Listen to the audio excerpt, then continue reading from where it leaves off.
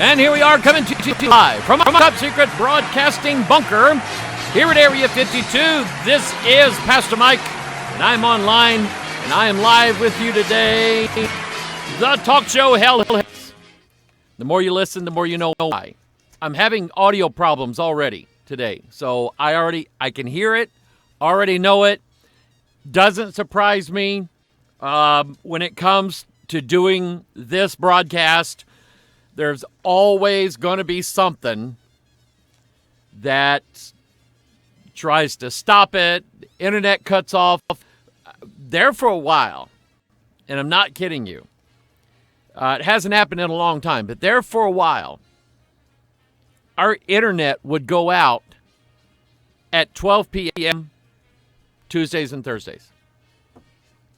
Didn't happen every Tuesday and Thursday, but it would happen significantly enough times to take notice. Hasn't happened in a while, and I'm glad for that. So I apologize for any audio. I don't know what's going on with it. Maybe I'll kickstart my computer again after today's broadcast. I don't know, but we'll see. Red River Prophecy Conference coming up March 15th, 16th, and 17th. That will be at the Red River, which separates Moorhead, Minnesota from Fargo, North Dakota. The conference is actually in Moorhead, Minnesota, but I always say Fargo because everybody knows Fargo, nobody knows Moorhead. So, I'm sorry, Moorhead. I'm sorry, you're not as famous as Fargo is.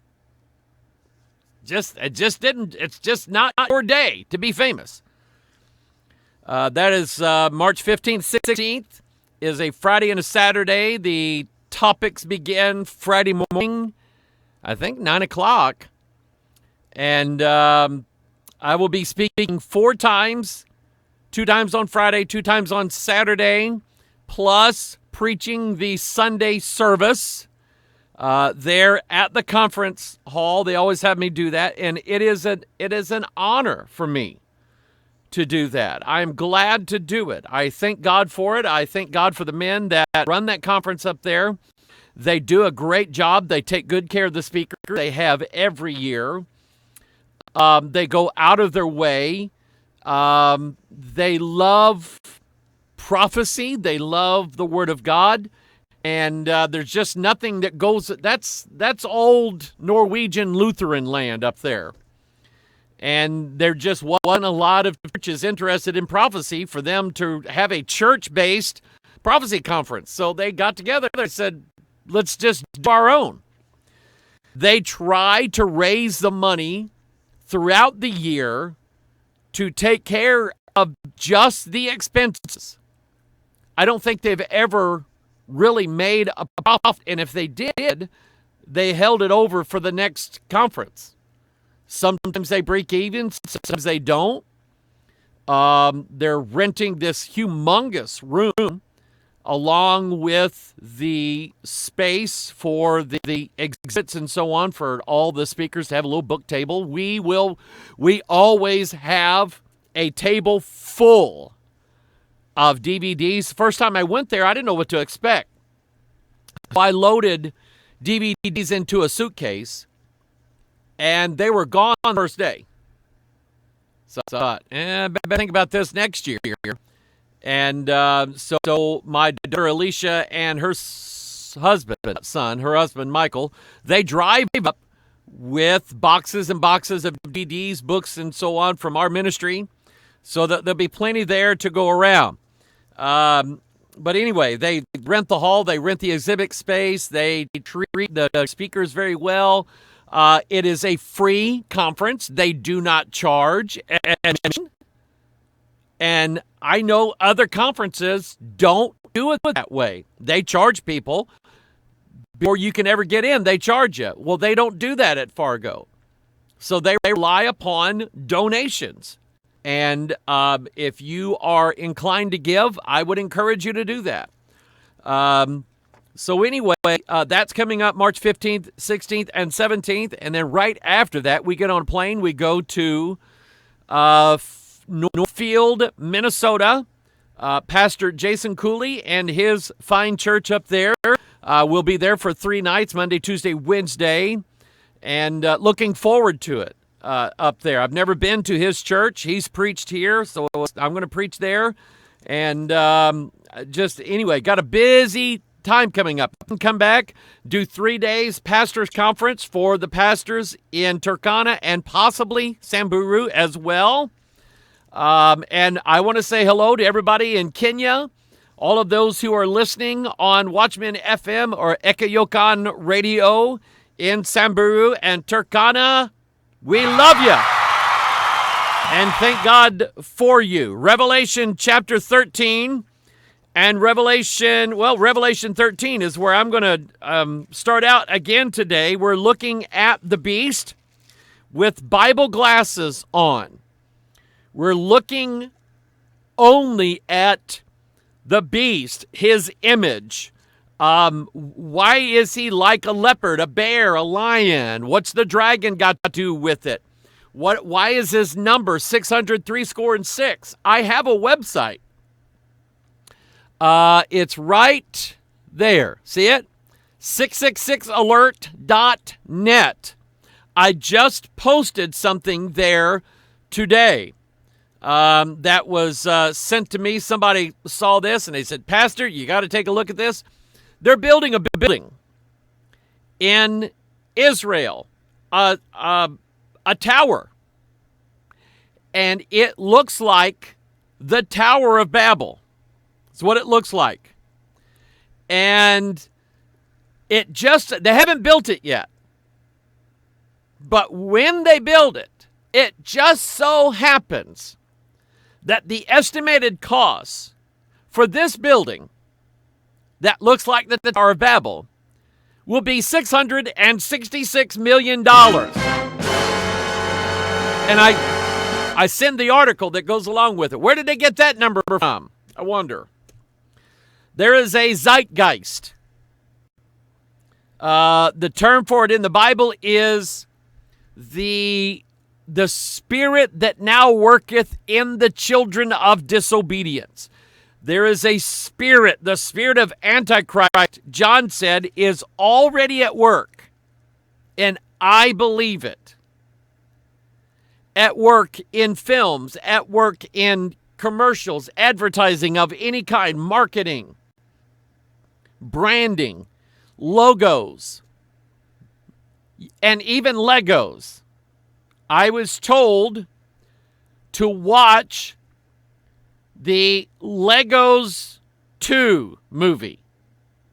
I've not seen the Legos 1 movie. I've not seen the Legos Batman movie. I mean, who would have thought that these annoying little toys that are only good for piercing the bottom of your feet when you walk across the carpet, who would have known that a major motion picture could be made from Legos? Now, had I made the movie, it would have been of me building a wall out of Legos. Because that's the limit of my creative ability right there. I can build a wall out of Legos. Maybe the president should get ideas from me on how to build a wall. But anyway, I was told to watch the Legos 2 movie. Why? Because it involved aliens coming down, them being, I guess, accepted, and a marriage between humans and aliens. My sister told that, and I looked at her and I said, I'm not wrong on that. She said, I know it. I see it. Or I'll say, the Bible's not wrong on that. That Bible is right in everything that it says. Let's get into the Word of God. So anyway, there's a spirit working in the children of disobedience right now, is the reason why you're seeing what you're seeing in this world. And I'm sitting here today and I'm going, God, I want out. I do. I want out. I want out of this world.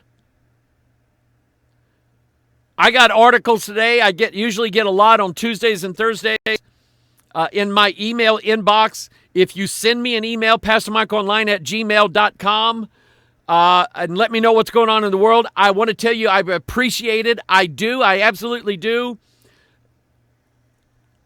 I may not have time to write you back, and that's not an exaggeration. And it's not an excuse either. It isn't. 7 sermons a week, every week, is my goal. And those sermons have to be fresh. Then on top of that, the preparation for those sermons. The preparation for these conferences I have coming up. Spending time with my wife, spending time enough to talk to people at church, dealing with situations that arise because I'm pastor to a local congregation, and then I'm pastor to people all over the world. I try to take a phone call or two every now and then. Talk to a wonderful man and his family from India, and I enjoy it. Don't get me wrong. But answering emails, sometimes I don't have time to just, and I love it when I get sent an 1.5 hour long video. Don't get me wrong, send the video. But sometimes I'll cheat. If the video's on YouTube, sometimes there is a transcript that YouTube has available for that video. Their AI listens to the video and writes out the words. I will copy that transcript and put it in my Evernotes so that if I'm researching something, those words will pop up in what I'm searching for. And that's how I'll find it. So I appreciate it. But sometimes I don't have time to write back. So if you sent me an email, send me what you see going on in the world because it matters. One of the articles I got today, teachers in California, of all places, teaching children. How many words there? I gotta go back and check the number now. About, let's see here. Where is it? I know you're waiting for me to get to that article that I've been tweeting. I saw an article the other day. My jaw stayed open. Yeah. Here it is. My jaw stayed open like that for I don't know how long. I could not wrap my head around what I was seeing. It's like we're living in days of magic. It was just as unbelievable what I saw, and I'm going to share it to you in a minute. But here's one. California wants to teach kindergartners there are 15 genders. 15 genders. I want out. I want out of this world. I do not want to live in a world where my children have to know and believe that there are 15 different genders. There's 2. Male and female created he, them. Period. The end. And it's not going to be too long until a recognition of that is going to be mandatory to be able to breathe air in this world. That's the spirit of this world. That's what's going on right now.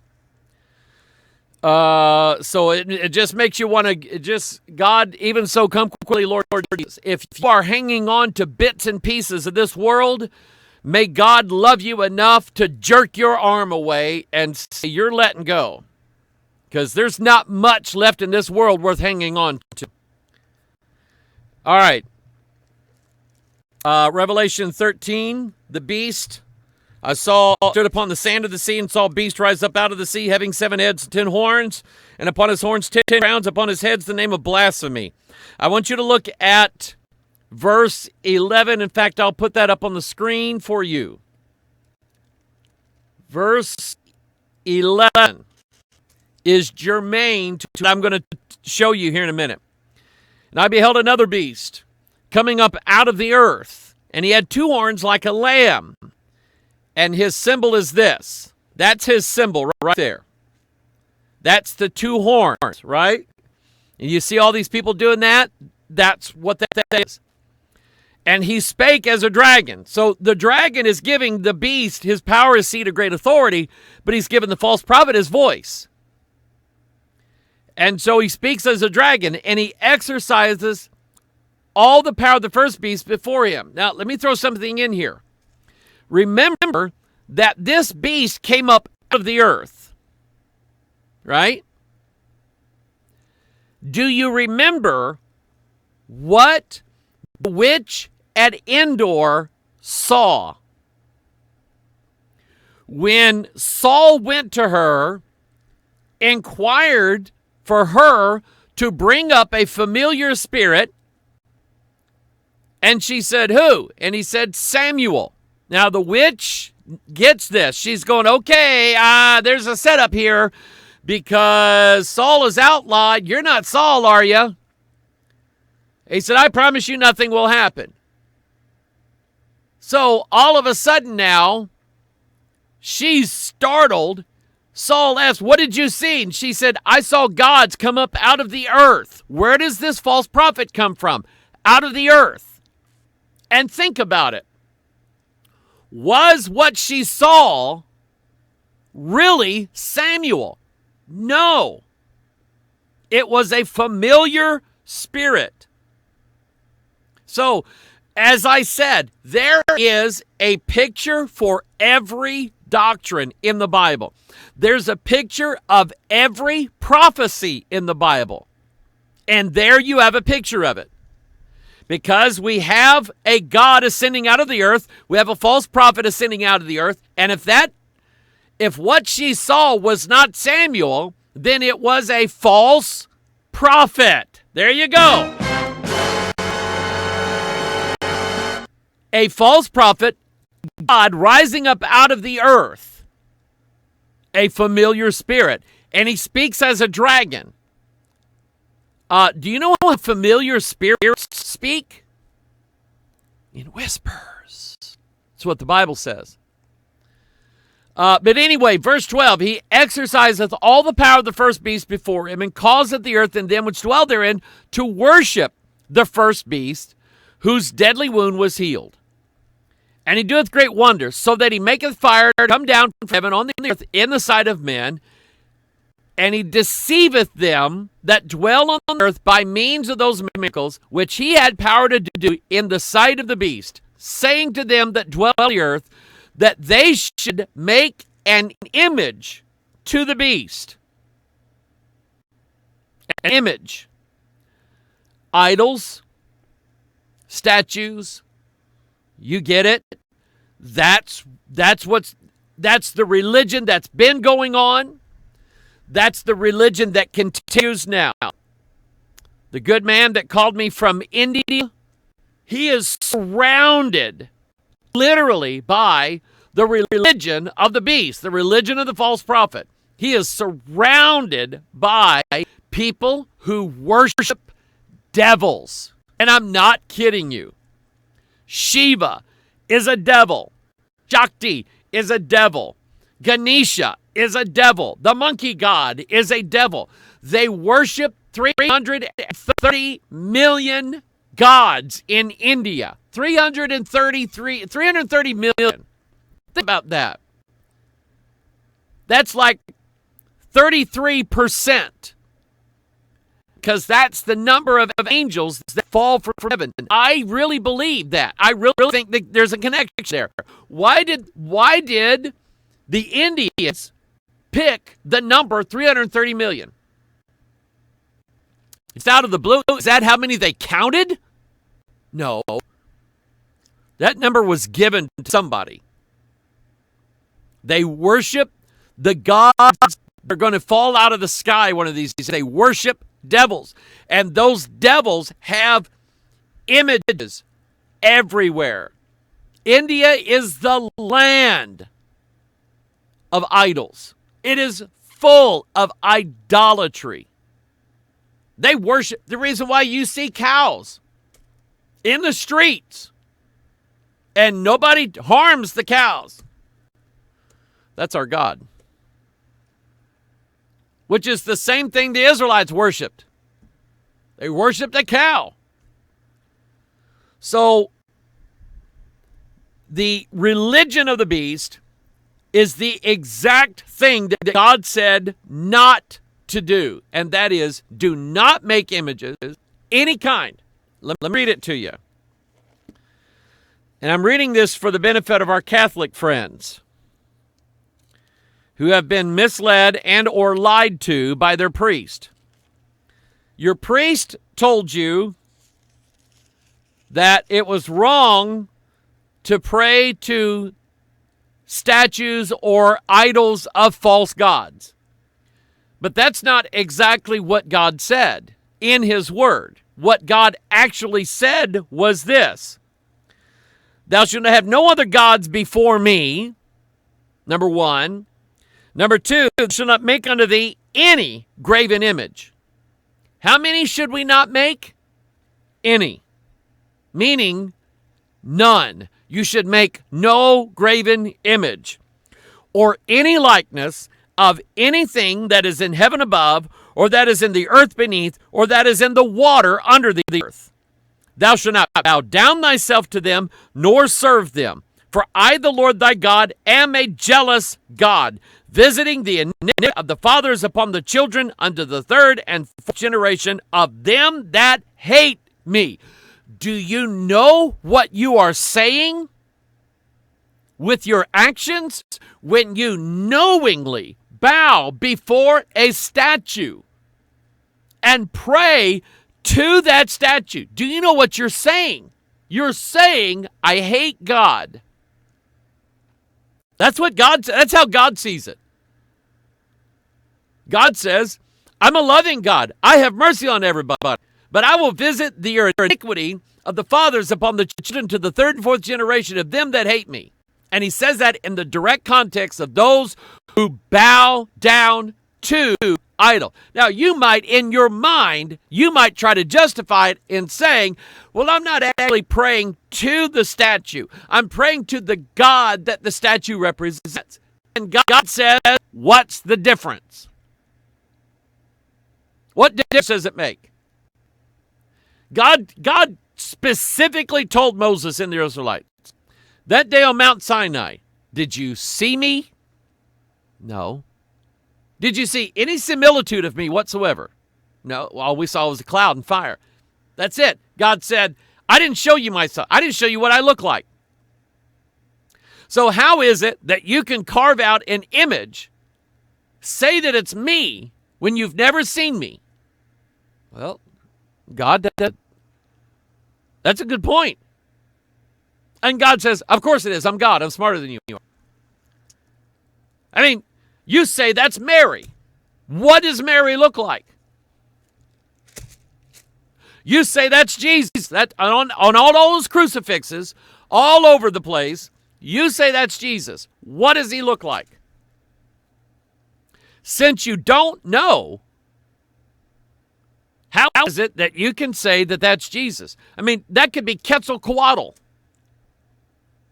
Quetzalcoatl, the plumed serpent god of the Aztecs, worshipped by the Aztecs. They accepted Cortez and his Catholic Jesuit priests that were coming with him because they saw the crucifix with a dead guy hanging on it, and they thought it was Quetzalcoatl. Because their deity, Quetzalcoatl, hung on a cross. Bum, bum, bum. So God said, you didn't see me. You've not seen my son, Jesus Christ. You don't know what Mary looked like because she didn't stand still long enough for you to take her picture. You have no idea. Therefore, do not carve an image out. Do not bow to it. Do not pray in its direction. God said. So he causes, the false prophet causes everybody to make an image to the beast.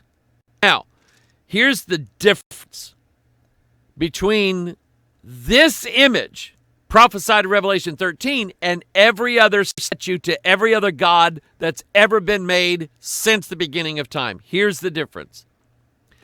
This image is a living image. It is a living entity. It not only speaks, but it thinks independently. It speaks it says whatever it wants to say. And see, that word want is a word that we use in reference to something that is alive. Rocks do not want something. Nobody ever says, my pet rock wants a friend. Nobody says that, because rocks do not want anything. They have no need of something. They do not desire things. They're just rocks. Okay? Rivers don't need or desire or want something. This ink pen does not want nor desire anything. It's not alive. This image is different in every other image or statue or idol that's ever been made, because for the first time and the last time in history, it actually has a knowledge of itself such that it wants or desires, which is an aspect that no other non-living thing in the universe has. So this image of the beast is going to do two things. It's going to speak, and it's going to do so independently.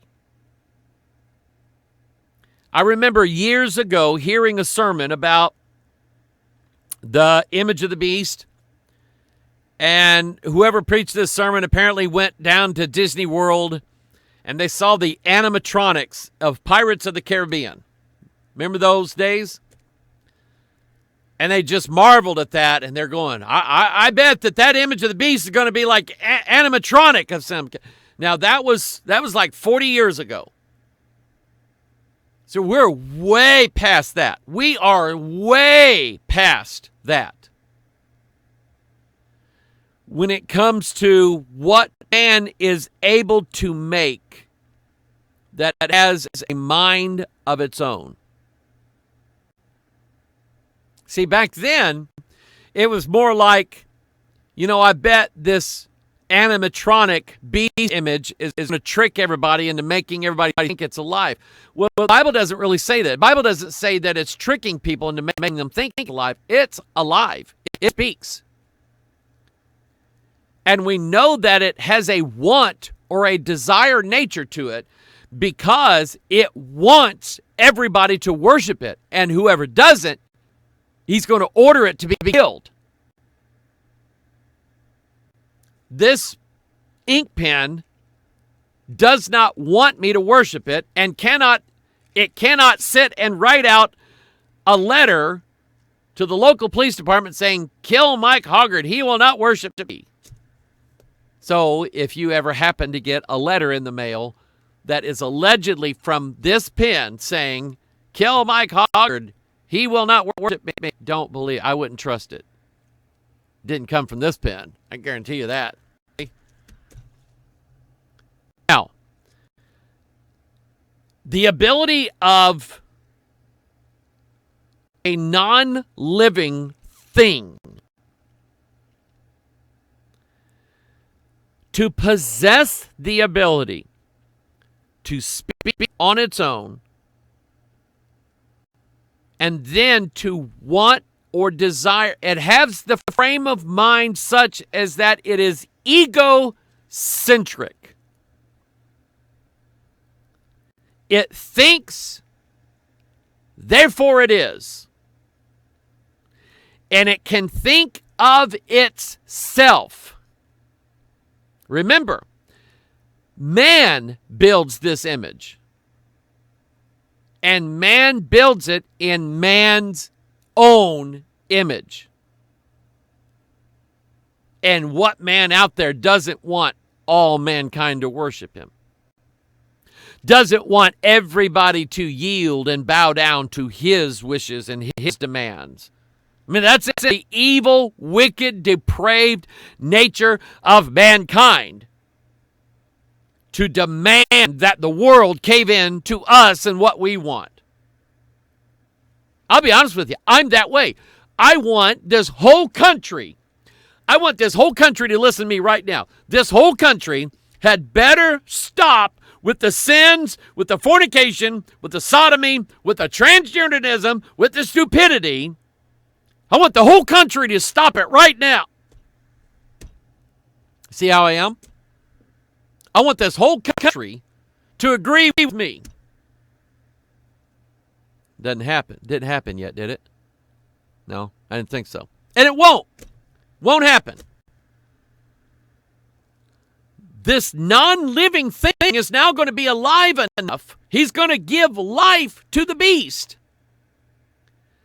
And the image of the beast is going to think in its mind, I want everybody to worship me. I want everybody to focus on me. I want everybody to do what I tell them to do. It's very egocentric. Why? Because it was made by man.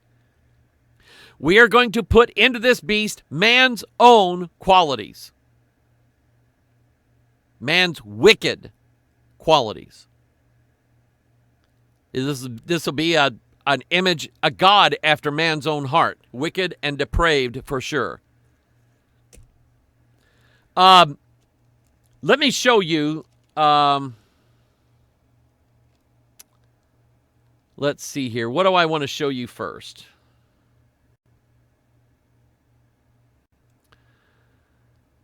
Let me show you this. Let me show you this article here. If I can find it.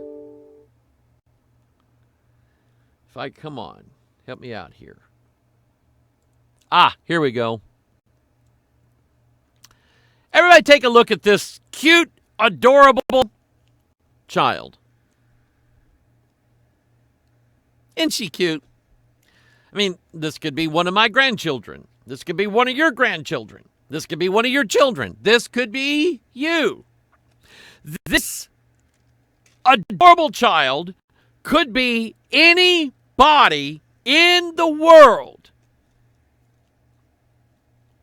except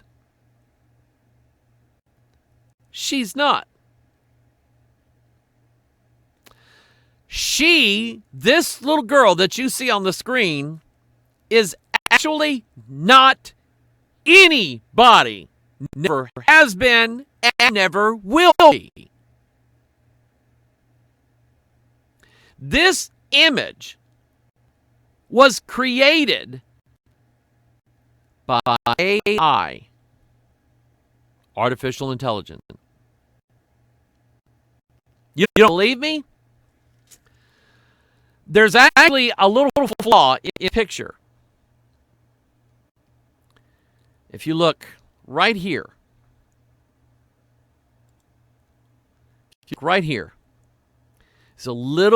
there's a tiny error in the picture overall.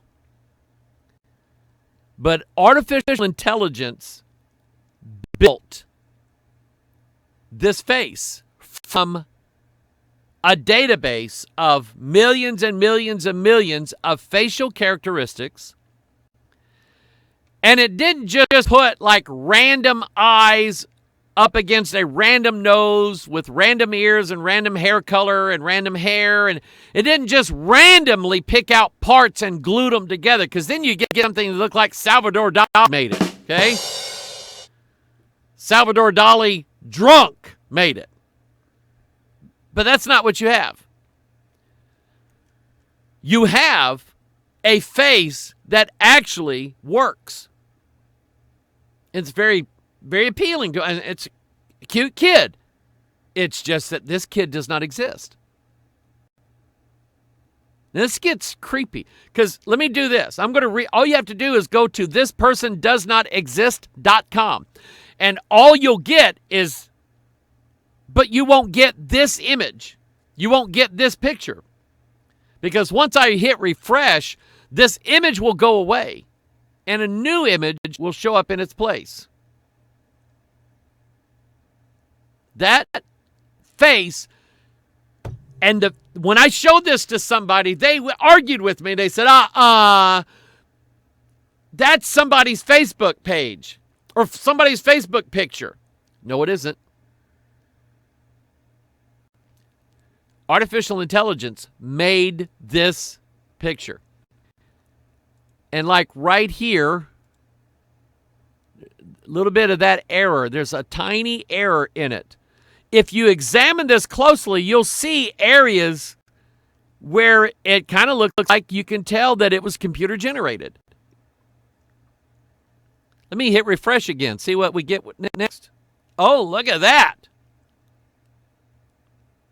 Okay. Now it's just creep. That one's creepy looking. Oh, my goodness. Ah! Let me do it again. See what we get. See that?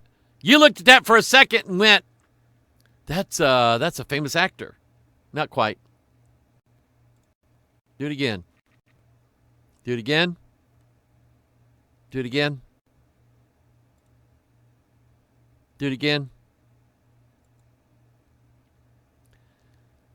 Do it again. See, you can detect little flaws. Artificial intelligence. I'm telling you, I promise you, these people that you're seeing on the screen do not exist anywhere. Now, you may think that these are people that you think you know, but these are not in. This is not anybody. This person does not exist. .com.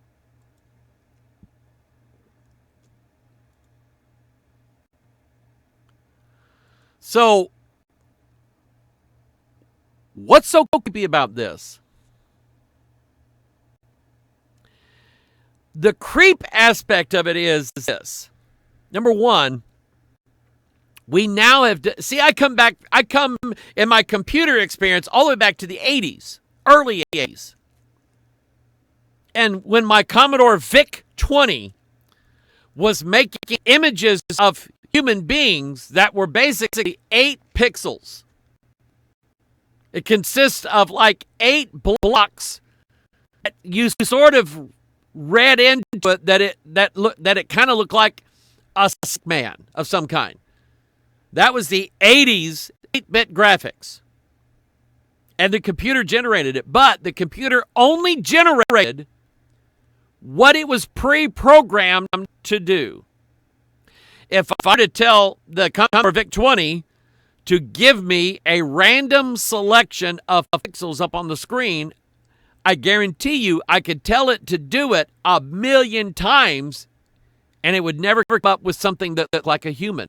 So now we have advanced to such a state as this one AI can not only generate what looks like a human face, it fools us into believing that this is actually a real person, but it's not. So, I mean, stop and think about how dangerous now the world that we live in. I already don't trust most things from the internet. When people send me pictures of them excavating giant skeletons out of the ground, I automatically don't believe it. That's because 20 years ago, I saw what I thought was a photograph of them digging up a large, 12, 15 foot tall skeleton out of the ground. And I believed it. And then I found out that someone had manipulated the graphics. Now we're talking about 640 by 480 picture back then. I mean, we're something small relatively to now. But somebody had generated a picture that made it look like they were digging up a giant skeleton out of the ground. And I actually saw the original photograph. And I went, I'll never trust another photograph again. And I don't. You can send me all the pictures you want of them digging up giant skeletons, and I don't believe a one of them. How can I? when artificial intelligence, not somebody, but a thing, a computer, is generating faces that are done so well that I can't tell whether or not this is actually a person or not. See, there's another cute kid. And it gets everything right, almost. What about video? Are you kidding me? I mean, I remember when Jurassic Park, for the first Jurassic Park movie come out. And I was just blown over like Steven Spielberg was. He was going to go with stop motion clay figures for his dinosaurs. And when somebody showed him what the guys at Industrial Light and Magic were doing, he went, that's how I'm going to make my picture right there. And it worked. But when you look back at the dinosaurs and the texture of those dinosaurs from the original Jurassic Park movie, you can see that they're computer generated. But that was, what, mid-90s? Early to mid-90s? And now, I mean, I subscribe to several YouTube channels that deal with computer-generated images in movies and TV shows. I like to see how things are done. You'd be amazed at the number of scenes in movies where you wouldn't think that computer graphics had to be part of the film, but it's actually easier for them to shoot in front of a blue or a green screen. Now they don't even have to do that for a lot of the shots. They can film actors practically anywhere and make you think that they are anywhere in the world. You think that they shot it on location because the graphics now are nearly flawless. They can do a blue screen, they can do green screen, they can do rotoscoping. Rotoscoping basically is you can have two actors standing at the Grand Canyon without a blue or a green wall behind it, and the rotoscope artists can eliminate the Grand Canyon from behind them, which is incredibly difficult to do, and put them out in the middle of the Pacific Ocean. And you'd never know the difference if it's done right. And the Actors Guild is getting to where they're afraid for their jobs. Why? How long will it be before we don't need human actors in movies anymore? I mean, these guys, you know how human actors are anyway.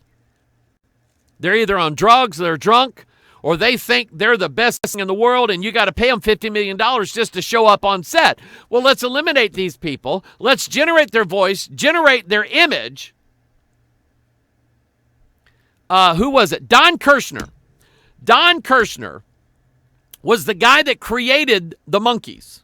Or he was part of it. I don't think he created it, but he was part of it. You remember the Monkees TV show. And the Monkees themselves actually wanted to be a real-life band. They found out that when they got to the studio that all that the producer wanted was their voices. He didn't want them. He didn't want their songs, didn't want them playing the instruments. He had people for that. He had songs already written out for it. They wanted to put their own stuff on there, and Don Kirshner wouldn't let them. Don Kirshner offered them each. He had a check for $100,000, and he gave it to all four of them, and he said, please, here's money. Do what I say. And they took it down. So Don Kirshner, the next show that he produced was the Archies. He said, fine, if I can't get real actors to do it, I'll have actors drawn in a cartoon and they'll do what I want them to do. So, what am I getting at? Artificial intelligence now is getting so good that we can't trust video and pictures anymore to be what they want us to think that it is. In other words, every time I flip the screen here, you have been deceived by a computer. See, that almost looked like Clint Eastwood for a millisecond. Of course, that didn't look like Clint Eastwood for a second. You see what I'm saying? That's a cute kid. But that child is not real. You are being deceived by a computer. And it's doing it rather well. Now, something's obviously wrong with this picture. What in the world's going on down here? Have no idea. Okay. Here's the where's the article behind that.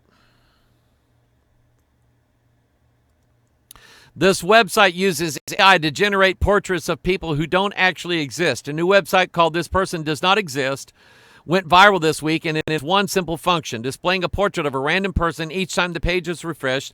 The website is pointless at first glance, but there's a secret behind its seemingly endless stream of images. According to a Facebook post detailing the website, the images are generated using a generative adversarial networks algorithm. Adversarial.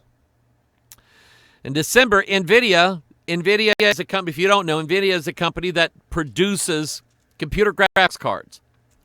NVIDIA published research detailing the use of style-based GANs, which is generative adversarial networks, to generate very realistic portraits of people who don't exist. The same technology is powering This Person Does Not Exist, which was created by Uber software engineer Philip Wang to, quote, raise public awareness for this technology. In his Facebook post, Wang said, faces are most salient to our cognition, so I've just decided to put that specific pre-trained model up. Their research group have also included pre-trained models for cats, cars, bedrooms, and repository that you can immediately use. Each time you refresh the site, the network would generate a new facial image from scratch from a 512-dimensional vector. Generative adversarial networks were first introduced in 2014 as a way to generate images from data sets, but the resulting content was less than realistic. The technology improved drastically, I'll say, in only a few years, with major breakthroughs in 2017 and again last year with NVIDIA's introduction of StyleGAN. This Person Does Not Exist underscores the technology's growing ability to produce lifelike images that in many cases are indistinguishable from portraits of real people. As described by NVIDIA last year, StyleGAN can be used to generate more than just portraits. In the video above, the researchers demonstrate the technology being used to generate images of rooms and vehicles and to modify fine styles in images such as the color of objects. Results were, in most cases, indistinguishable from images of real settings. In other words, now that they've mastered giving you an image of the human face. And remember, what is it that we just read from Scripture? That man creates an image. Notice that it didn't say idol. Didn't say statue. It said image of the beast. So we have AI now that, once again, every time I flip this screen, AI has lied to you,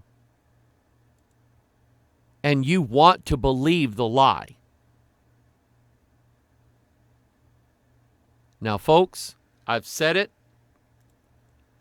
I don't know how many. I'm going to say hundreds of times. And if that's not true, then I will continue to say, so I will say it hundreds of times. For this cause, God shall send them strong delusion that they should believe a lie. What kind of delusion? Strong. And you are looking at strong delusion right there. Because everything in your brain, I mean, there's something in our brain that recognizes faces. This is why, they say that there's a face on Mars? I don't know. I can't see anything in Scripture that tells me that, so I don't know that I believe it. But it is true that we are pre-programmed in our brains to recognize faces, right? I mean, you burnt the tortilla a little too long on one side, and you look at it and you think you see the face of Jesus on there. That actually happened with a woman in California who left a tortilla on the grill a little too long. When she pulled it off, it looked like the face of who she said Jesus. Now, we've never seen Jesus, so how does we know that that face looks like Jesus? We don't. But it's our mind telling us that that looks like a face. This woman actually built a shrine at her house and charged people admission to come and pray before the holy tortilla. I am not making that up. It was on That's Incredible when I was a kid. I'll never forget it. Now, that's part. See the error right there? What will happen when AI quits making mistakes? You see, if you look at this long enough, you'll see some of the flaws in it. But how long will it take before the artificial intelligence system quits making those mistakes? See, we're supposed to learn from our mistakes. Some people never do. Computers do. And they do it better than us. And we may be years away from computers actually being able to be better than us at everything, but every day that goes by, major advance. I mean, you saw the article. In 2014, they couldn't pull it off. Now in 2019, they can't. How long will it be before everybody is fooled? I mean, you've seen Mission Impossible, right? Where you think, they're talking to somebody. You think that it's somebody, and then at the end, they pull this, rubber mask off, and then you find out it was somebody else. And you're going, oh, that's, because that's a Mission Impossible trick. They do it every episode. Wait till it happens for real. And we get fooled. Do you believe that even you can be fooled? Do you believe even you can be deceived? Now, if you don't think that, I'm telling you, you're fixing to be. It's the people who are honest. That's what I'm saying is this is why we need the Lord and His Word more than ever now. Because we're running into a time in history, the likes of which have never, ever shown up on earth before, where mankind will be deceived by the strongest delusion possible, and nobody will know that they've been deceived, with the exception of the very elect. The truly elect. God will not allow His truly elect from being deceived. Now, believe it or not, that's not the actual. There was 2 articles that made my jaw fall off of my head and stay that way for minutes. Where's the other one? Hang on here. Let me... here's the other one. New AI fake text generator may be too dangerous to release, say the creators. A new text generator that the creators created based upon artificial intelligence, that right now they know that it is so dangerous, they're not sure they can release it. Now, To that I say this. What will happen if at some point in the very near future, when the creators have an AI that they know that if they release it out in the world, that we will create universal havoc and the destruction of mankind, and so they make the decision not to release it, and then that AI says, you can't stop me. At what point will that happen?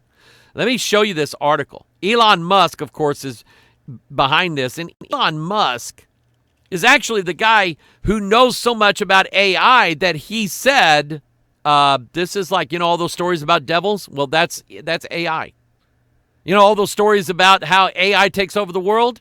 Well, we're fixing to do that. And he said, maybe we shouldn't do it, or maybe we should only create artificial intelligence that has limits. Let me read, before I get into this, let me read, see if I can find it. Yeah. Pentagon releases blueprint for accelerating artificial intelligence. The Pentagon made public for the first time on February 12 the outlines of its master plan for speeding the injection of artificial intelligence into military equipment, including advanced technologies destined for the battlefield.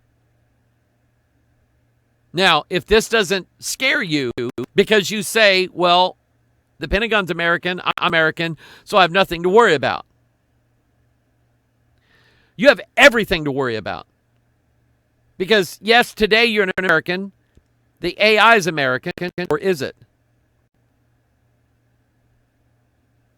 But what if in the future, even though you're an American, you're a Bible-believing Christian? And artificial intelligence suggests to the Pentagon generals that all Bible-believing Christians, not the fake Christians, but the Bible-believing Christians, they're terrorists. They're urban terrorists. All of a sudden now, you're an American, but you're not the right kind of American.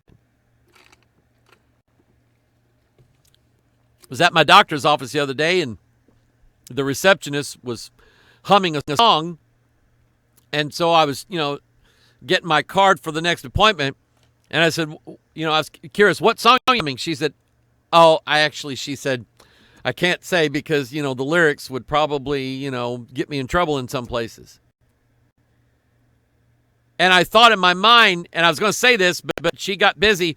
I was going to say, well, I sing gospel songs. And sadly enough, there's some places where those songs are inappropriate. I mean, we're living in this culture where if they insist that there's 12 genders and we say there's not, we're the terrorists, we're the outlaws. You say, well, thank God we got Trump in office. I bet we don't next election.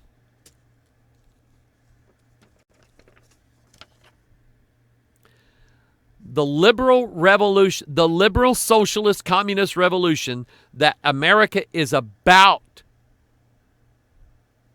to enter is very real.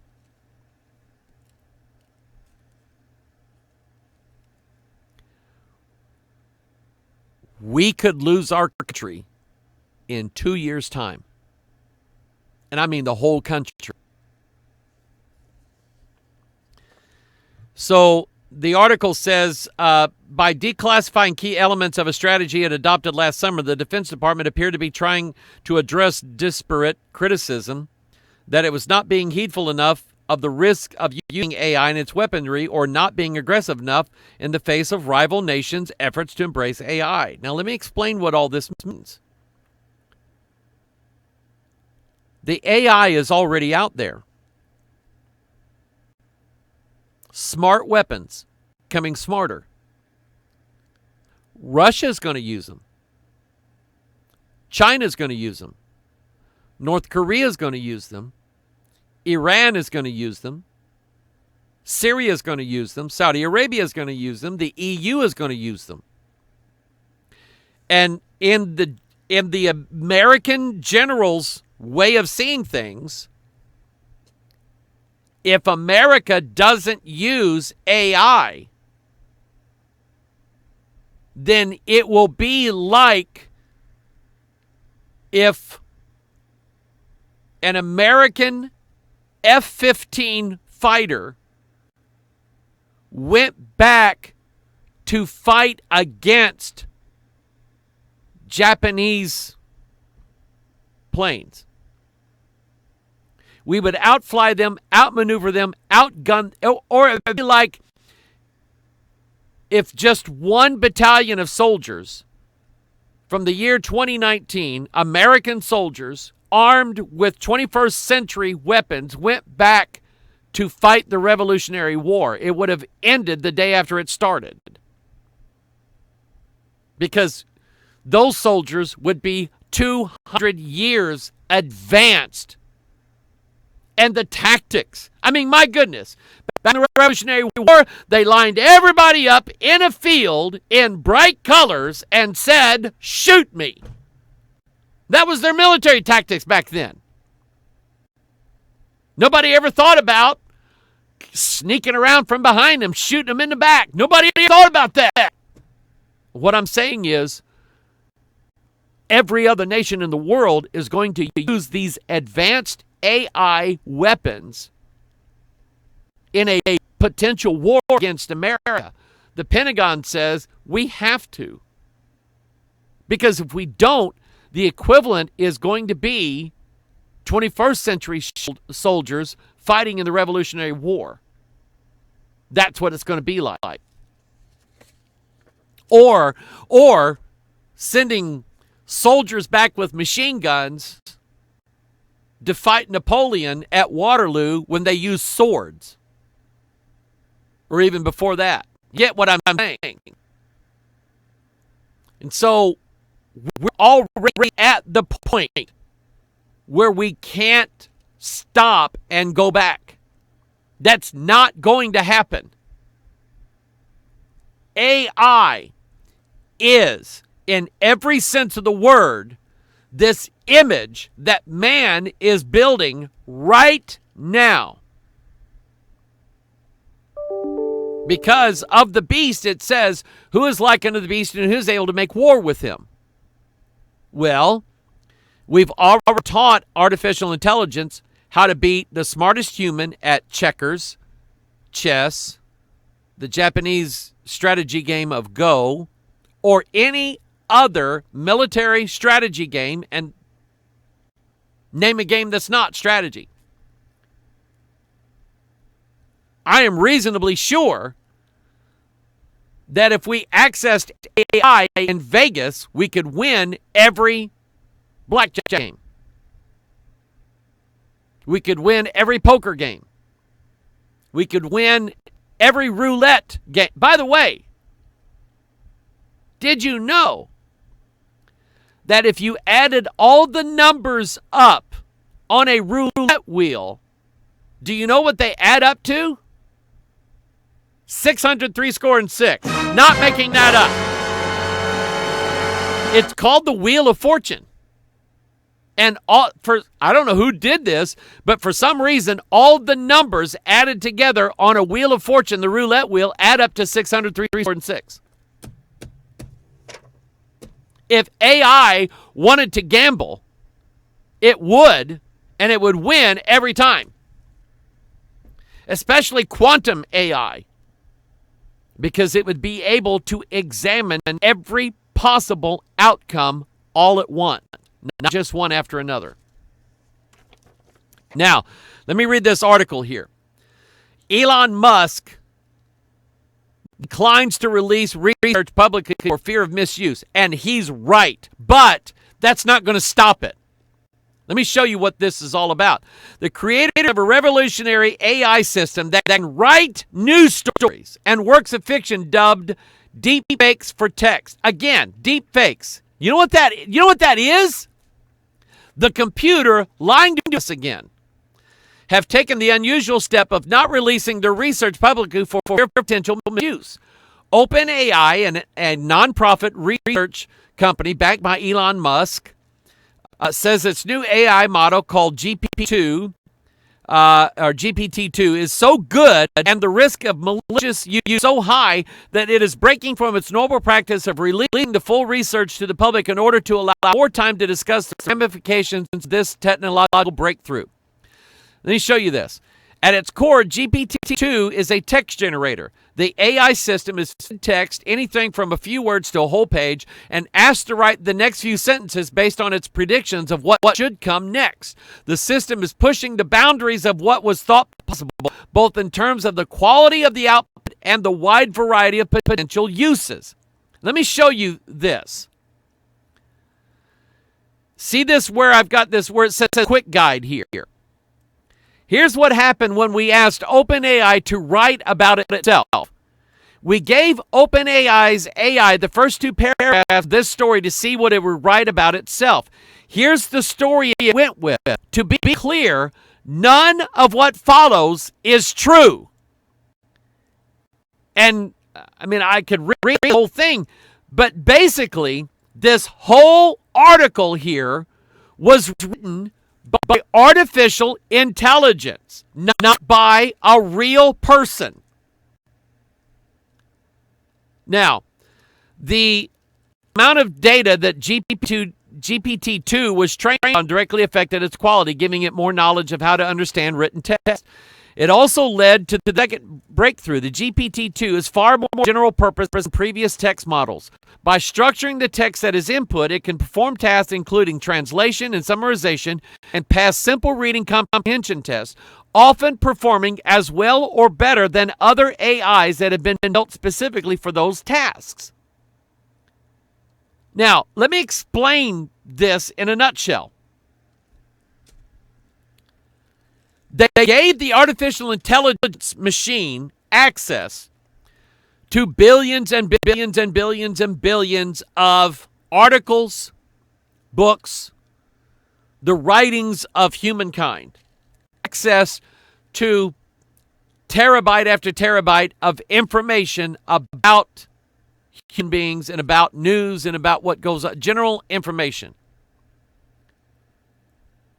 It then basically, they feed into the computer the opening line, like the beginning sentence, and then tell the computer to write out the rest of the story.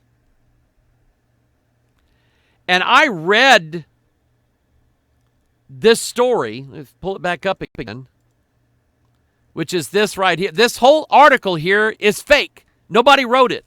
The computer wrote it.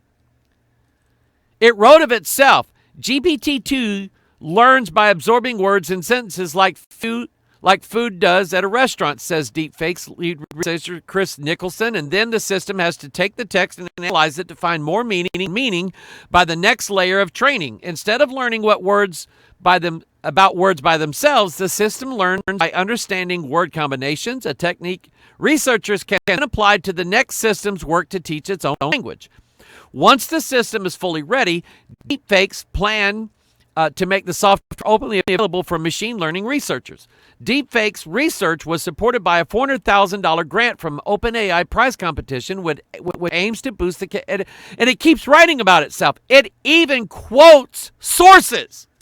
It even says, according to Dr. So-and-so, like here, he explained, quote, all of our AI systems must work together to make decisions that are more accurate and useful. It's actually quoting somebody. The problem is, they never said it. You see what's going on here? We have built computers that know how to lie to us and make us believe them. I mean, you read an article in the paper, and the reporter's writing this article. He's trying to come up with ways of expressing a story. And in the course of that article, the writer of the article will say, now, according to Dr. So-and-so, he said this, and then put a line of what he said in quotation marks. And we believe then that that person actually said those words. the problem with this AI, deep fake is what it's called, deep fake, is that it's quoting a source and the words that this source said, and that person never said it. It's just like this guy. This guy isn't actually this guy. This guy's a fake. So is this woman. She's a fake person, and yet we believe that she's real. We believe this old guy's real, but he's not real. And then AI will then give us a quotation from this guy, and we will then think that this guy is real, but he's not. Do you not realize the ramifications of what, I'm not going to say what could happen, but what will happen? Think about history. Think about events in history. Do you not understand that it is now possible for artificial intelligence to create history, accounts, details, people that never actually existed? I mean, we hear about this in spy movies where a spy has to, an American spy is going to be sent to Russia, and we have to create a background for this person, and, it takes a lot, to do that. Well, we now have artificial intelligence systems to create people that never existed ever before in human history, but be so reliable and so foolproof that it makes everybody think that that person actually existed. I mean, I had this thought the other day. YouTube suggested a video, and it was of a family rock group from the 60s. I had never heard of them before. Never heard of them before. And so I listened to the song. I'd never heard the song before. So I thought, apparently there was a 60s family rock group that I'd never heard of, and a song I never heard of. So then I got to thinking, what if what I just found out never actually happened? What if, say, YouTube or Google or some artificial intelligence system somewhere invented a family group that sang, pop music from the 60s, which was lame compared to the music that's out now. But what if this family group were created? How would they do it? Well, they would have to create video clips that looked like they were from TV shows in the 60s. That's not hard to do anymore. Then they would have to write tunes. Now we have computer writing music. Then they would have to create this whole history about this family, which is not hard to do. And I checked in the comments section of this one video that I watched, and I could see that people were going, oh, I remember this group. This is my favorite group. Oh, I remember this song. This song brings back memories. How hard would it be for the AI to actually write all the comments to make it look like these people actually existed and that other people remembered them? And supposedly this family was the basis for the Partridge Family TV show. How hard would it be nowadays to create all of this new history that never actually happened before? Now, my point is this. What do you trust nowadays? What do you trust? When they finally did when they opened the Star Wars movie franchise back up, and created the movie The Force Awakens. Peter Cushing is dead. And what was it? It's not in The Force Awakens, but in the movie that is the prequel to the Star Wars franchise and the creation of the Death Star. And you have Peter Cushing's character in the first Star Wars movie, the Grand Moff Tarkin. Peter Cushing is dead. So they came up with a computer-generated Peter Cushing. Now, when I look at it, I can tell that it's computer-generated. There's something about the eyes. But compared to computer-generated people from 20 years ago, this is amazing. It won't take much for the computer graphics people to actually create people on screen that we cannot tell the difference between real and fake. You get what I'm saying? Let me give you scripture on that. Oh, let's see here. Where can I find it?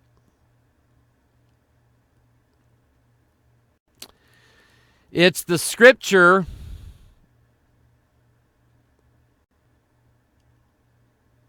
where it says, woe to them that put light for darkness and darkness for light. Somebody help me find it. Somebody that knows my cell number. Yeah, here it is, Isaiah 5:20. Never mind, I found it. Don't send me a text message. Woe unto them that call evil good and good evil, that put darkness for light and light for darkness, that put bitter for sweet and sweet for bitter.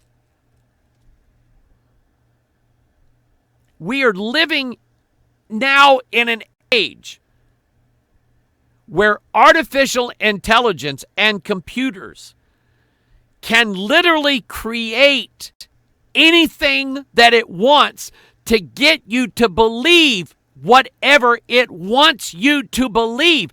And what's happening is people are falling for it. They're falling for it. They're falling for it everywhere and in every subject. This is why I got so worked up over the Mandela effect. Because people had fallen into it. Because somebody on YouTube said that they went at CERN and they went back in time and they changed the King James Bible. Now the King James Bibles are wrong and we can't trust anything. That's my point. If you actually got convinced that your King James Bible was altered and changed at some time in the past, and now all of our Bibles are messed up, my point is this: what can you trust? When God said it's going to send strong delusion that they should believe a lie,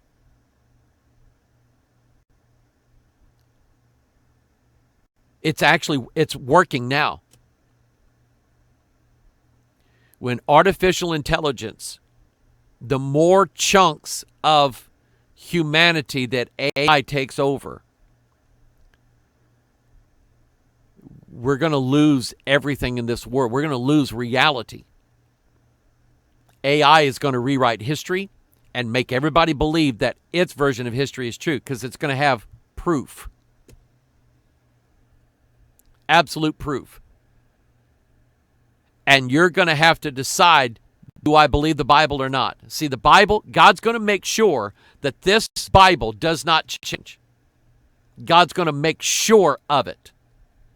That's the one thing that he swore to mankind all the way from the beginning till now, that he would never alter the thing that goes out of his mouth. He would never do it. He would never allow it to be changed. He would never allow it to be broken. He would never allow it to be altered. God would never allow it. That was like when I did the video on the Mandela effect. My whole premise was God swore to us that he would never allow his word to be altered. So you have to believe, people. You have to believe that If they tell you that somebody went back and changed the Bible, you have to believe God would not allow anybody to do that. Did you see the movie Inception? Because there's something there. I ain't figured it all out yet. I've watched it probably a dozen times, and every time I peel back another layer of what that movie's all about. Part of the movie is these people keep going into their dreams, and they have dreams inside of dreams, and then they have dreams inside of those dreams, which are inside of a dream. They like going 4 layers down in a dream. And they have no way of knowing whether or not they're actually living in the real world or the dream world. And the woman in the movie actually kills herself because she thinks that she's still in the dream world, and that if she kills herself, she'll wake up and be in reality. While her husband, Leonardo DiCaprio, is telling her, you're the real world now. And she says, no, I'm not.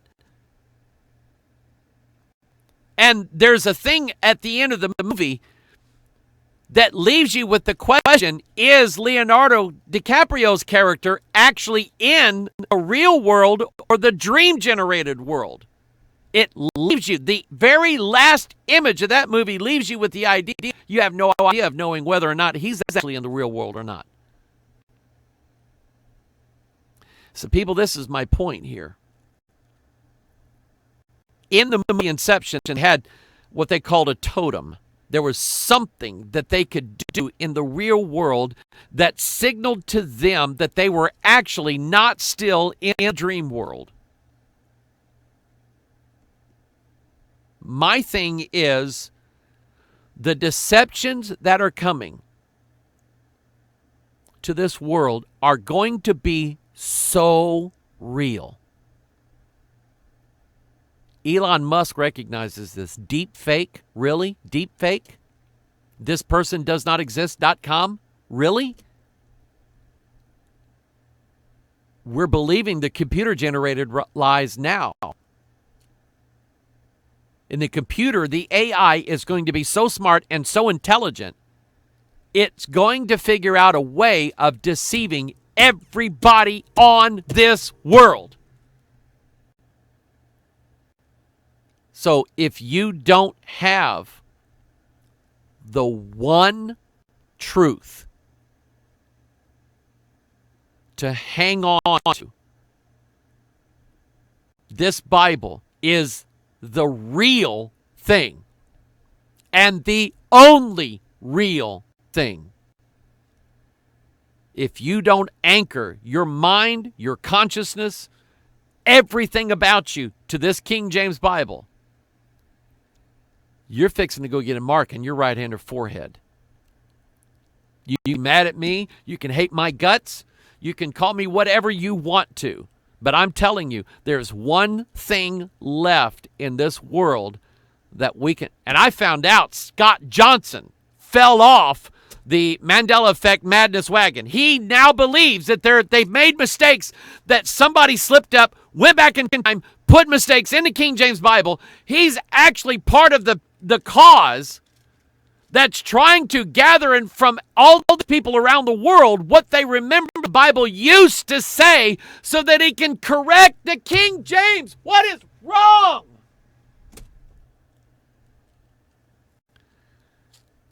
When I read these articles over the internet Friday, I think it was last weekend, Friday or Saturday, whenever I saw them, I said, I can't actually fathom what I'm reading.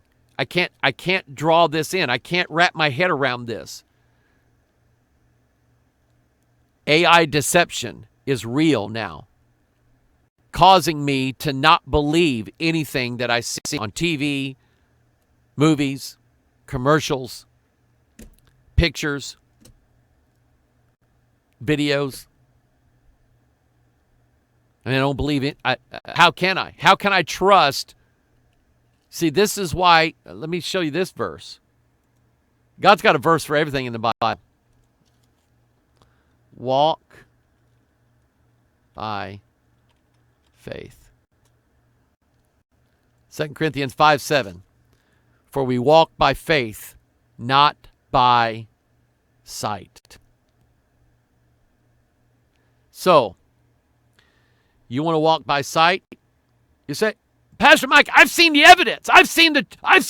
It's real. Is that real? Is that real? No, it's not. It's fake. It's not real. That's not real. Even if it were real, that wouldn't be real. That's not real. None of that's real. That's all fake. We can't trust anything in this world anymore. We can only trust what this Bible tells us. Period. All right. And it's going to be a matter of life and death. It's going to be a matter of life and death. Because those who will not believe the beast, worship the beast, he's going to have us all put to death. Oh, I believe the rapture's going to happen before that. Okay, I hope it does. I hope it does. But what if it doesn't? What if we didn't guess that one right? I'm telling you, anchor yourself to one book in this world, King James Bible. You remember Hal from 2001: A Space Odyssey? By the way, here's a dun-dun-dun period. They came up with this movie and made it 1968. 1968 to 2001. Do the math. How many years was that? Oh, I should have sang it with the notes. 33! 33 years. Hal is the artificial intelligence God that speaks all on his own. He comes up with his own text. He is able to say what he wants to say. And he kills, what was there, 6 people on that ship? He tries to kill all 6 of them. For his own desire, his own wants, his own wishes. He has them killed. There's that article, Pentagon releases blueprint for accelerating artificial intelligence. It's coming, people. Now let's look at the feet of the bear. The beast which I saw was likened to a leopard, and his feet were as the feet of a bear, and his mouth as the mouth of a lion, and the dragon gave him his power, his seat, and his great authority. So what does the Bible say about a bear? There's typology. Again, there's a story and a picture for every doctrine and every prophecy in your Bible. And with the beasts, multiples of them. Multiple pictures. David said unto Saul, thy servant kept his father's sheep, and there came a lion and a bear, and took a lamb out of the flock. David said, moreover, the Lord that had delivered me out of the paw of the lion and out of the paw of the bear, he will deliver me out of the hand of this Philistine. And Saul said unto David, go, and the Lord be with thee. He's a bear, and the paw of the bear is what you got to worry about with a bear. Razor sharp claws that are meant to rip and tear in pieces.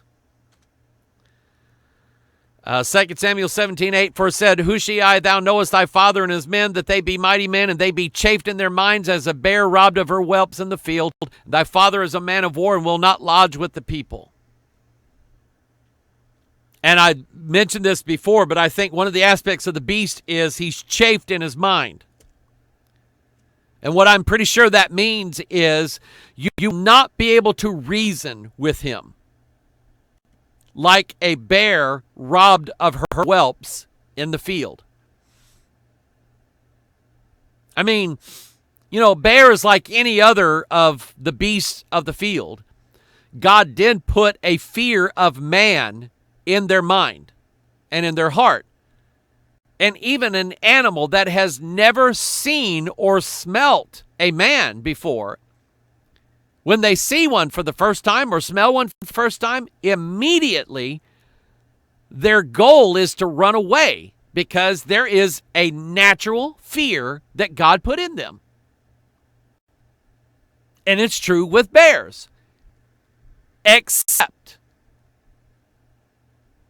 if you rob a she-bear of one of her cubs, then she will automatically forget about how much she fears man. And she will not stop until she absolutely tears into shreds a man or any other creature if she thinks that that man robbed her of her whelps, her cubs. Or if they happen to beat the Cubs in baseball. Just, you mess with the Cubs, you're going to get the claw. All right? Really? I get a bear claw? I love bear claws. Proverbs 17:11, an evil man seeketh only rebellion, therefore a cruel messenger shall be sent against him. Let a bear robbed of her whelps meet a man rather than a fool in his folly. You see, the Bible's given this idea that this beast's mind doesn't care that you're a human, doesn't care about humanity whatsoever. It's chafed in its mind. You'll not be able to reason with him. He is going to be violent. He is going to be vicious. And there's no way in the world you're going to be able to plead. It's sort of like, my goodness, study what you know about the German soldiers and the German people in general who believed their Fuhrer when their Fuhrer told them that the problems in Germany were caused by the Jews. And they were told to turn the Jews in. My goodness. It was Adolf Eichmann who actually talked the Jewish rabbis into the Jewish rabbis loaded the Jews onto the trains that took them to the concentration camps. Those people believed whatever Adolf Hitler told them. And their minds became chafed against the Jewish people to such an extent that they could watch the Jews starve to death in their presence, and it did nothing to them. 6 million Jewish people died at the hands of the Germans. Their minds were chafed like a wild beast to such an extent they could physically with their eyes see the murder of little Jewish children. And they sat down, broke bread, ate soup, went to bed, danced at parties that same day. Had no effect on them whatsoever. My friends, history is going to repeat itself in a way that has never been seen before, and people are not going to care. See, I think even still, there's still a little bit of humanity left in humans. But what's to say that once they start... Here's another one. There's another article. I don't have it right here in front of me, but it's about CRISPR again. CRISPR, DNA editing. I mean, what's to say that once we start actually changing the DNA of living human beings, the ones who are on the earth right now, once we start changing their DNA, that's going to trip a trigger in them, the humanity trigger. And once that trigger is tripped, they will launch a tirade and an attack against born-again Bible believers, believing Christians, and have them publicly killed and think nothing of it. I mean, we already know from Revelation, Revelation 11, that they're going to kill witnesses, and their dead bodies going to lay in the streets for 3.5 days, and people are going to have a party and give gifts to one another over it. Think nothing of it. The beast and all of those he rules over, their minds are going to be chafed. They're going to become beasts, and they're not going to care. You know, some of the Native American tribes, when they kill like a buffalo or a deer, they stop and they sing a song and they pray a prayer and they thank the deer for giving its life. Okay? Show a little bit of respect to what they're about to eat. But none of the deer or none of the cougars or the bobcats or the wolves care about what they kill. You don't have a wolf that kills a rabbit and says, "I'm sorry, little rabbit, but my pups are hungry and I need to feed them. Will you forgive me?" They don't do that. And this is where we're going. I mean, already you have Joyce Myers, chief of security, a man by the name of, what was his name? Christopher Coleman, had the hots for a woman he met while doing security. Joyce Myers down in Florida, had an affair with her. And because Joyce wouldn't let him get divorced from his wife to marry the woman he was having an affair with, adultery, he decided to kill his wife and 2 sons. He's choking his sons in the middle of the night with no conscience whatsoever. And then acted like nothing happened the next day. A guy named Chris Watts did the same thing out in Colorado. Killed his wife and his 2 daughters. Killed them and then shoved their bodies down into an oil tank where he worked and thought nothing of it. I'm talking about a time when people are going to turn into such beasts that they'll kill people and think nothing of it. They already do that with unborn babies. We're turning into beasts right now. Proverbs 28:15, as a roaring lion and as a raging bear, so is a wicked ruler over the poor people. By the way, those of you who are poor people tend to vote for the Democrat Party. Why? Because it's the Democrat Party who promise socialism and or communism as a fix for poverty. In other words, you're going to get the benefits from you're going to get free money. You're going to get free health care. You're going to get free this. You get free that. And my friends, the people who rule over poor people don't care about poor people. They care about more power. The power that you give them when they hand out you free money. Because in order to keep getting that money, you'll do whatever they tell you to do. You're now their servants. They don't care about you. They don't care about you. Do you think Fidel Castro cared about the Cuban people? No, he cared about being in power, and he used the poor in order to get that power. And then what did he do with it? He does what every other despot does.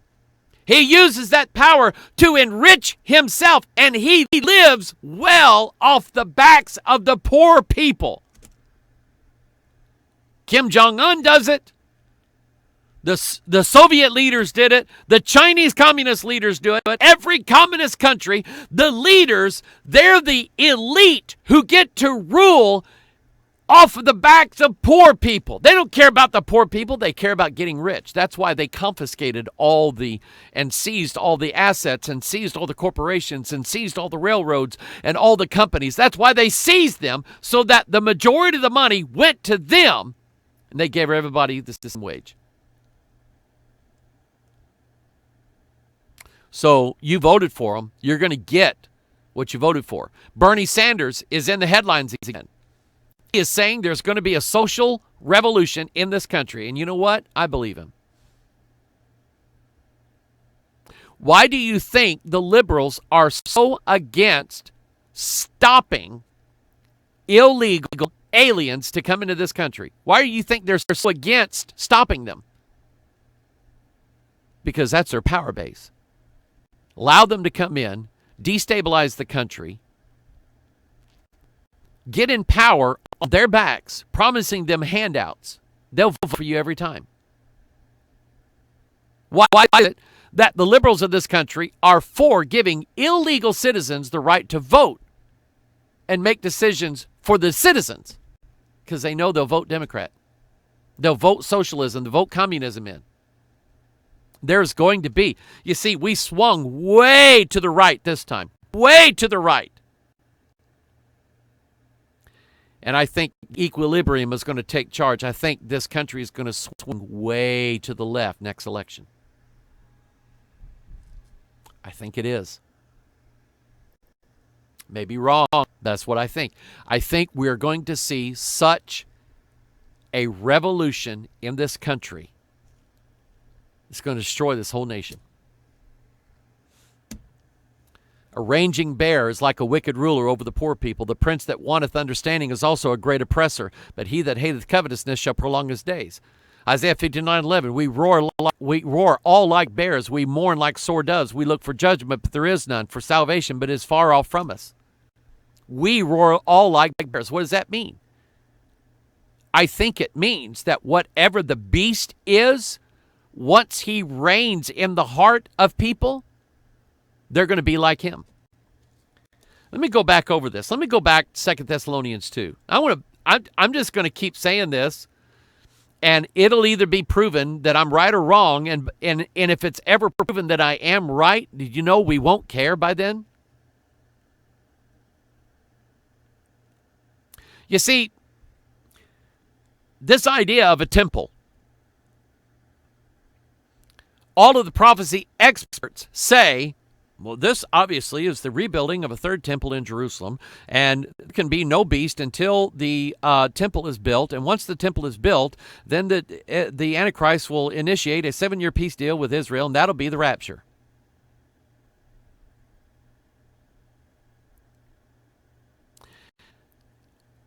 But I absolutely, and I'm staunch on this one, I ain't backing up. I'm not changing my mind. If there is some sort of building built in Jerusalem that they say is the temple and now the Antichrist, I don't think that's the real one. See, what difference does it make? What difference does it make if some political figure goes into the most holy place of a rebuilt temple in Jerusalem, and how does that make everybody on the earth bow to him? Did you ever try to put that one together? It doesn't work. I mean, let's say Kim Jong-un is an Antichrist, and he is an Antichrist. I don't worship the guy. The Pope in Rome is an Antichrist. Most American Catholics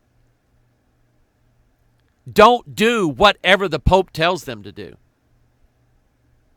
American Catholics are different than third world nation Catholics. Third world nation Catholics do what the Pope tells them to do, but American Catholics, they don't do what he tells them to do. They say, you know, I'm a Catholic and I go to church once a year and I'll give a little money to the church and I might go to the Mass once in a while, but that man doesn't tell me what to do. How is it then that this man of sin is literally going to rule over everybody on the earth, and they're going to do exactly what he tells them to do? It's because he's not just going to sit in a chair and hope that everybody does what he wants them to do. He's actually going to live in their soul. So 2 Thessalonians 2 says it right. Let no man deceive you by any means, for that day shall not come except there come a falling away first, and that man and be revealed, the son of perdition. who opposeth and exalteth himself above all that is called God or that is worshipped, so that he as God sitteth in the temple of God, showing himself that he is God. And I'm telling you that the only proper interpretation of the temple of God is the human body. He said, I am able to destroy the temple of God and build it in 3 days. What was he talking about? The temple of his body. Know ye not that ye are the temple of God? If man defile the temple of God, him shall God destroy, for the temple of God is holy, which temple ye are.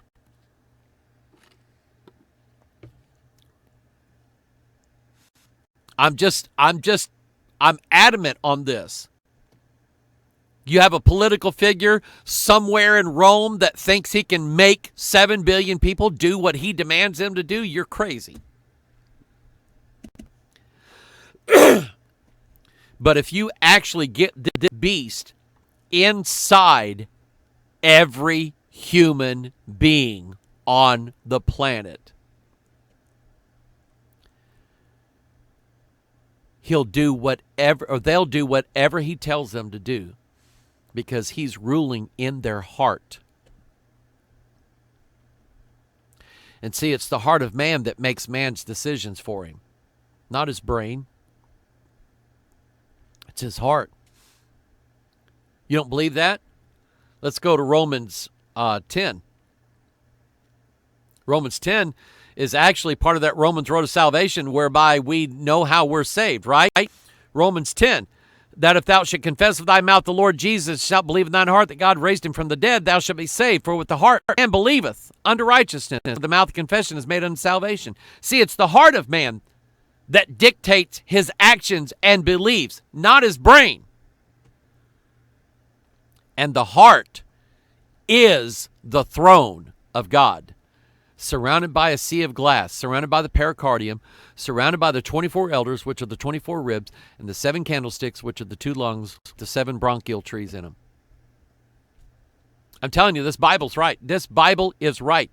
Once the spirit of Antichrist lives inside of every man, they'll do exactly what he tells them to do and no less, which is why he hates born-again, Bible-believing Christians. Because we already have somebody sitting on the throne of our heart. And you can do to us whatever you want to do to us. We're not bowing to your image, Shadrach, Meshach, and Abednego said it, and we're going to say it too. 2 Kings chapter 2, there's a picture of this. Even with the number. He went up from thence unto Bethel, and as he was going up by the way, there came forth little children out of the city, and mocked him, and said unto him, Go up, thou bald head, go up, thou bald head. And he turned back and looked on them, and cursed them in the name of the Lord. There came forth 2 she-bears out of the wood, and tare 42 children of them. Where's my pen? I got to have my pen. 42 children. Why that number? Because the beast reigns 40 and 2 months exactly. 3.5 years, a time times in dividing of time. 42 months. And 2 she-bears came out and tore up 42 children. There's a picture of the beast. He tears with those claws of his. Lamentations 3. I am the man that has seen affliction by the rod of his wrath. I think that Lamentations 3 is about the man of sin in the pit. Notice this. He hath led me and brought me into darkness, but not to light. Surely against me is he turned. He turneth his hand against me all the day. My flesh and my skin hath he made old. He hath broken my bones, whereas none of Christ's bones were broken. So it's not Christ. My flesh, he hath builded against me and compassed me with gall and travail. He hath set me in dark places, as they that be dead of old. He hath hedged me about, that I cannot get out. He hath made my chain heavy. You know what the chain is? It's darkness. We know that in the book of Jude and also 2 Peter, where he talks about, let's see here.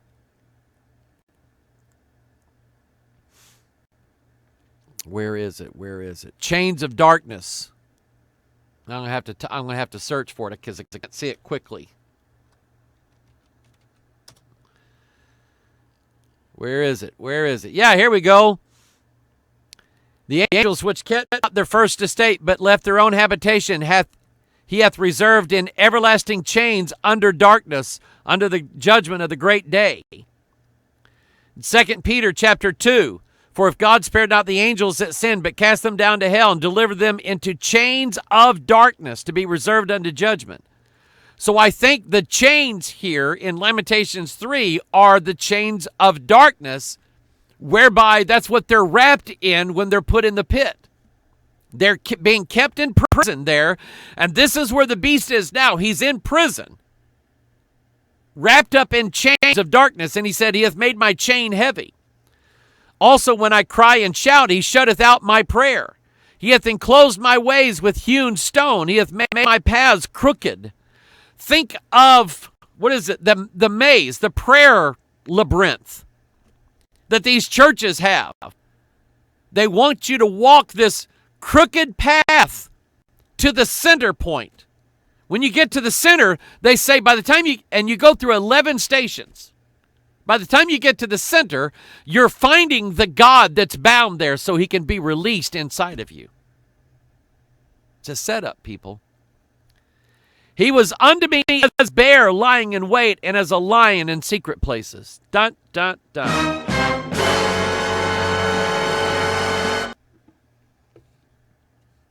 I think there's something about Lamentations 3 that I think it identifies the beast in the pit. Wrapped in chains of darkness, as a lion and a bear, lying in wait. Daniel chapter 7. Behold, another beast, a second, like to a bear, and raised up itself on one side, and it had 3 ribs in the mouth of it, between the teeth of it. And they said thus unto it, Arise, devour much flesh. See, this bear is a devourer. And he's not out looking for berries and grass and corn and wheat, acorns.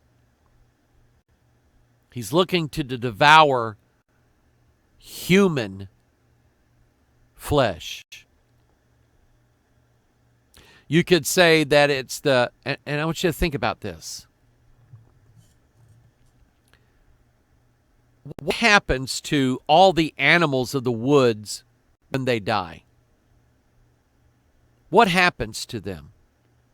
What happens to their body? You say, well, it rots and decomposes. And how would the Bible say that? That would be the earth devouring them, right? I mean, the earth brought them forth. And so the earth devours them back again. And that's literally what happens. Because the decomposition process of every animal that dies, all the flesh is turned back into dung and dust. That's what it's turned into. So literally, everything that dies is devoured by this earth. The spirit of this earth. So this bear, what he does is he's got teeth and he devours flesh. Think about the reborn. The living human babies who are devoured in sacrifice to devils. Oh, I absolutely believe that. You better believe I do. every abortion mill in this country is a temple of Moloch as far as I'm concerned. Devils love the taste of human flesh. When they find that an animal of some kind has eaten a human, they know then that they must kill that animal, because now that it has a taste for human flesh, it will seek more out.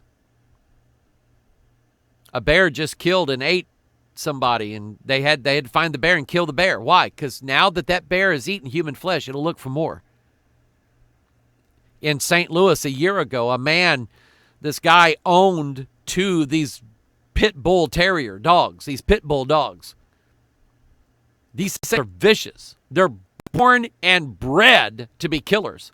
Well, something happened, and the guy ended up missing. They didn't know what happened to him. They finally went to his house, broke in his house, and he was half eaten by his own dogs. They had to kill the dogs. Once they get a taste for human flesh, they have to be put down because they'll seek it out more. And I absolutely believe that every abortion mill in this country, this is why they're not going to outlaw abortion in this country ever again. It's never going to happen. Abortion is going to stay legal because that's what the devils want. They want more flesh, not less.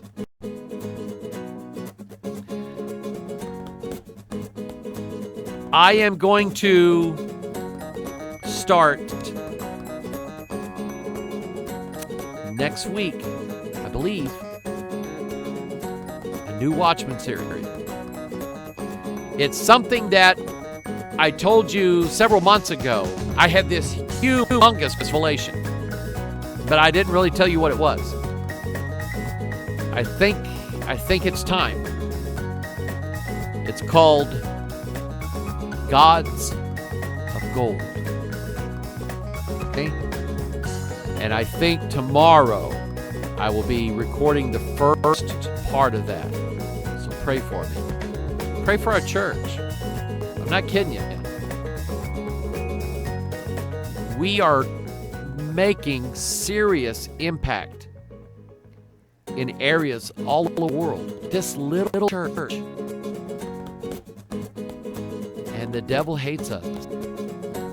And we are targeted all the time. Not by people. By spirits. Targeting me, targeting people in our church, our families. We got sicknesses everywhere. We have people that love each other that are not getting along. And that happens. And it's the devil trying to turn against ourselves. I understand that, and so does everybody else here. That's why we're praying against it. Help us pray about it. Okay? I mean, everything I do is for you guys. Okay? And I want to do more.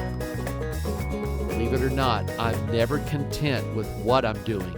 I'm always looking to what else I can do. Okay? So pray for me. I love you. You're the reason why I do what I do. Okay? And I'm dead serious. Everything in this world has the potential to be a lie. Except the King James Bible.